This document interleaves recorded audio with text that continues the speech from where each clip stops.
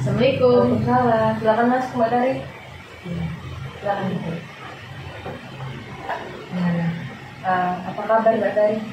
Tuhan baik. Alhamdulillah kalau gitu. Dari mana ini tadi sebelum ke sini?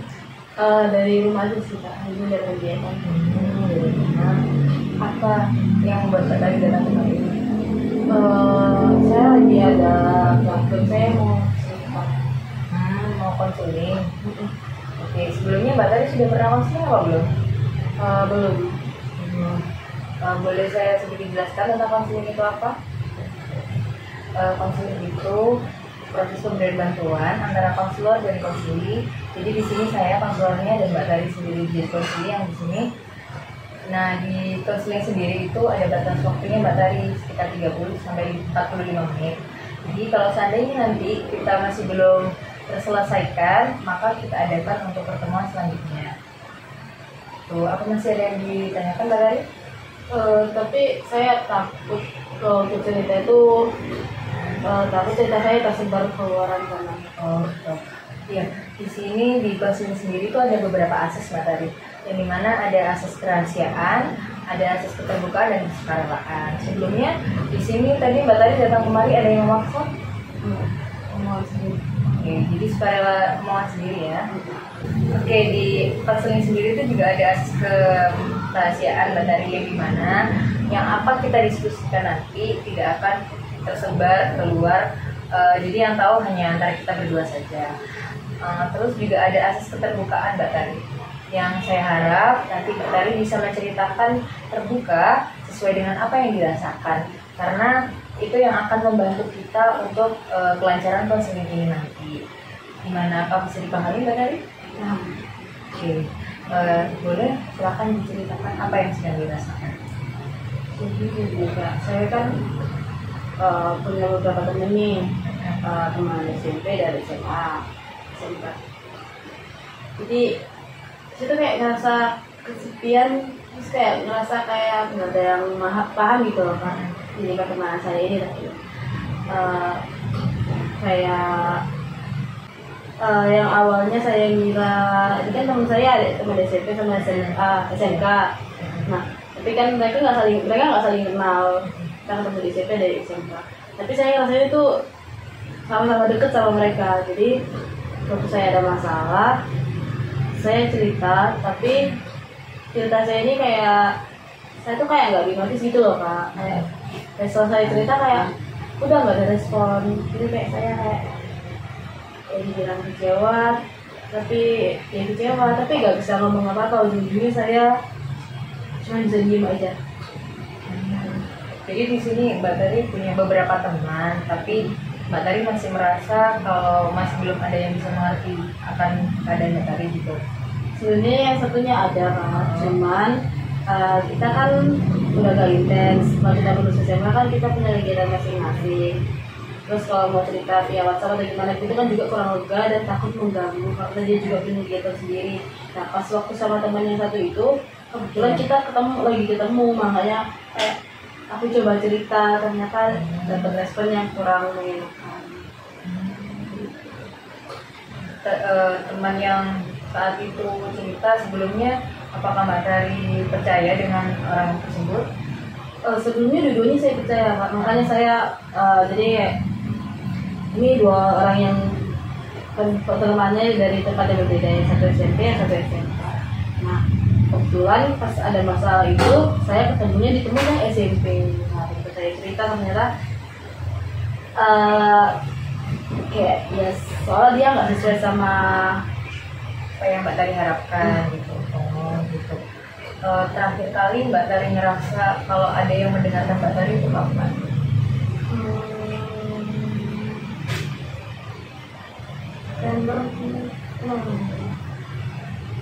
Agustus Itu di bulan Agustus itu terakhir ketemu dengan salah satu teman itu atau bagaimana? lainnya bertemu lagi sih. Yang terakhir cerita dan rasa percaya. Tapi di saat mau cerita yang terakhir ketemunya dengan orang yang salah mungkin. Oh, oke. Jadi di sini Mbak Tari ngerasa kalau ada yang dengerin, ada yang di pihak Mbak Tari itu terakhir kali di bulan Agustus ya. Iya benar Kak. Terus di situ yang waktu itu pernah Mbak Tari percaya itu teman SMP. Terus tiba-tiba ada suatu yang tidak terduga, ternyata dia tidak bisa dipercaya lagi seperti sebelumnya gitu ya. Setelah kejadian itu terjadi, ketika Mbak Tari ngerasa ada pikiran, ada beban, itu apa yang biasanya Mbak Tari lakukan?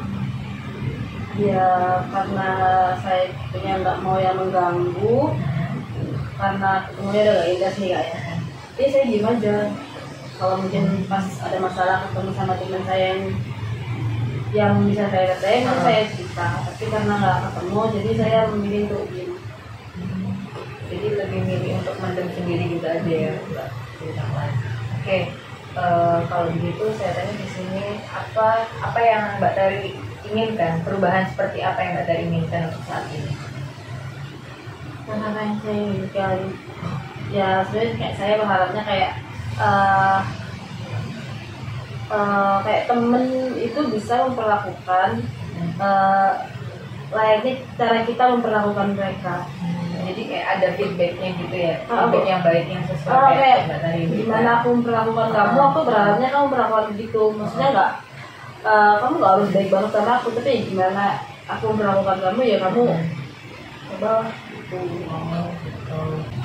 Oke Mbak Tari, misal di sini saya punya skala 1 sampai 10, yang dimana 1 itu sangat sedih dan 10 itu sudah bahagia gitu ya.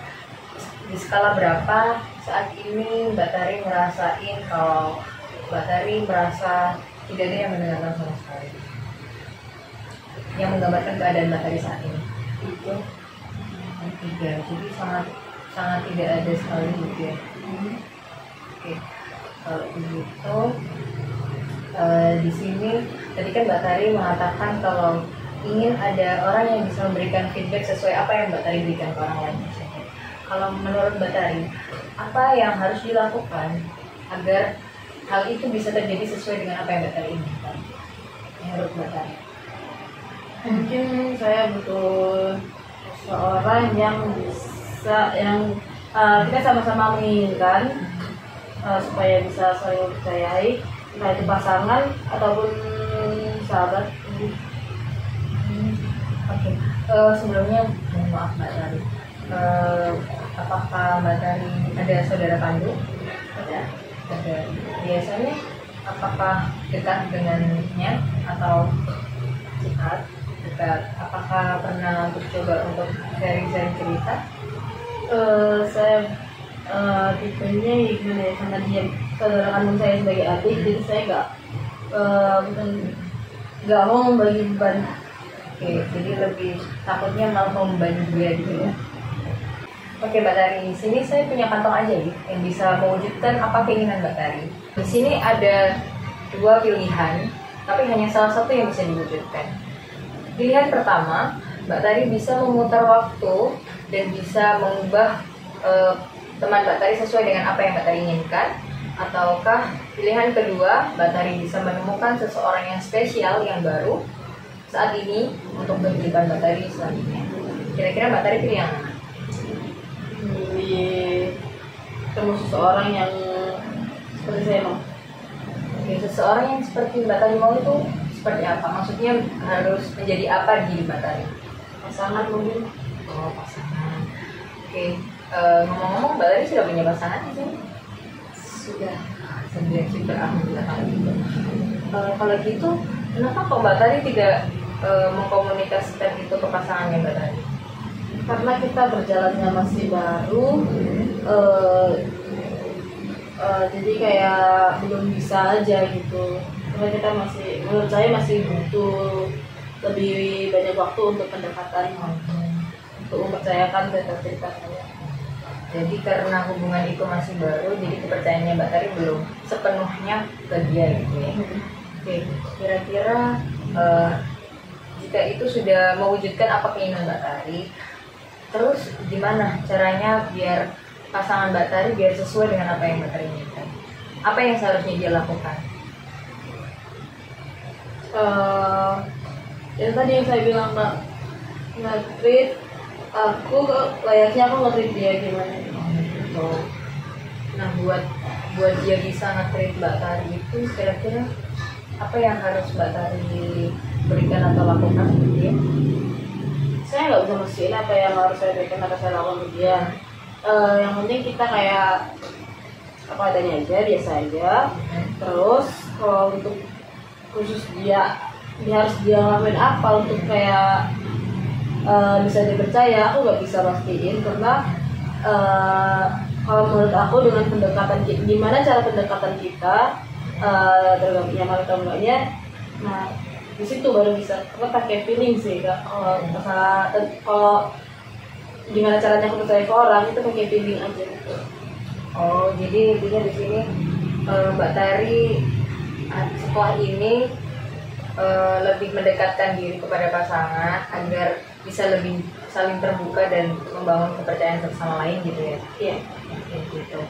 Oke Mbak Tari, kalau saat ini dari skala 1 sampai 10 keadaan Mbak Tari saat ini bagaimana perubahannya yang Mbak Tari rasakan? Berada di skala berapa? 7. 7. Alhamdulillah, berarti jauh lebih baik dari sebelumnya ya. Oke. Kalau gitu sejauh ini dari diskusi kita tadi nih, kira-kira apa yang sudah kita perbincangkan, apakah sudah mendekati mencapai apa yang Mbak Tari inginkan konseling ini? Saya rasa saya mendapat solusi ya Mak, dari yang tadinya saya merasa kesepian karena saya punya teman yang saya anggap dia nice buat saya, ternyata mengecewakan juga, dan akhirnya saya kembali lagi sendiri, memendam sendiri.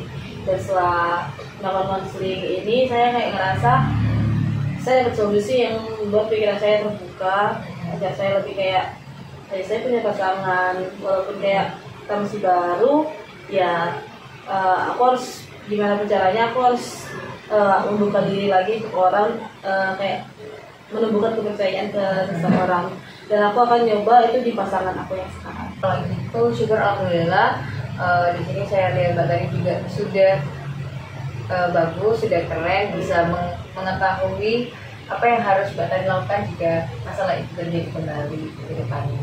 Saya harap nanti Mbak Tari bisa begitu selanjutnya. Setelah ini, apakah masih ada yang perlu kita diskusikan lagi Mbak Tari?